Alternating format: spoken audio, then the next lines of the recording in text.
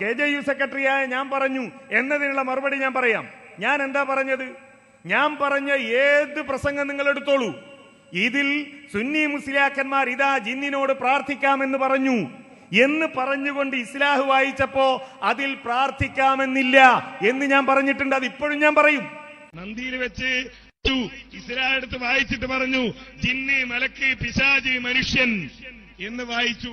അപ്പൊ ഞാൻ ആ ഇസ്ലാഹ് എടുത്തിട്ട് പറഞ്ഞു ഇതിൽ ജിന്ന് മലക്ക് മനുഷ്യൻ എന്നേ ഉള്ളൂ, പിശാച് എന്നില്ല.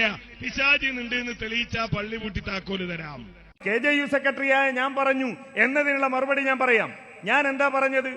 ഞാൻ പറഞ്ഞ ഏത് പ്രസംഗം നിങ്ങൾ എടുത്തോളൂ.